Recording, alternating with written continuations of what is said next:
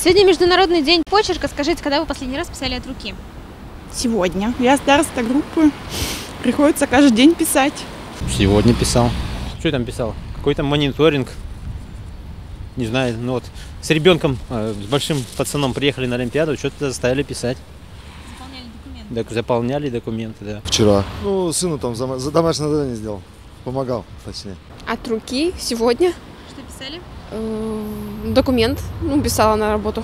А я каждый день пишу от руки. Что пишете? Что-нибудь, то пишу, то письма, то открыточки. А так я не занимаюсь ничем, у меня интернета нет, ничего нет. Я пишу все от руки. От руки каждый день пишу. Ну, на работе бывает. Дома часто пишу. От руки-то?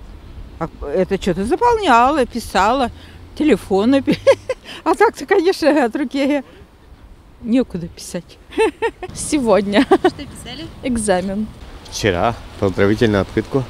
Я обычно пользуюсь старым методом, поздравляю обычно маму. Остальным приходится по телефону, уже привычно.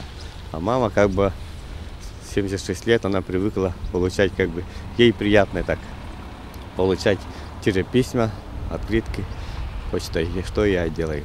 А я все время, каждый день пишу, так что все нормально, никогда не забываю. Почерк хороший, мне нравится и другим нравится. От руки писать всегда люблю. От руки? Ну, только если в Сбербанк хожу, от руки пишу. Больше нигде не пишу. Письма сейчас мы не пишем, знаете. Я постоянно пишу от руки. Я же учитель. Редко, но иногда приходится. Поэтому почерк корявый стал. От руки, да. Постоянно пишем, студенты, учимся. Каждый день пишем от руки. Вчера, сегодня, постоянно. Вчера я еще составлял протокол, как говорится, в отделении полиции, который мне давали. И все. Номера телефона, что расчеты всякие, от руки все. А вы думаете, как? На компьютере сейчас уже много. Я не умею на компьютере, если честно.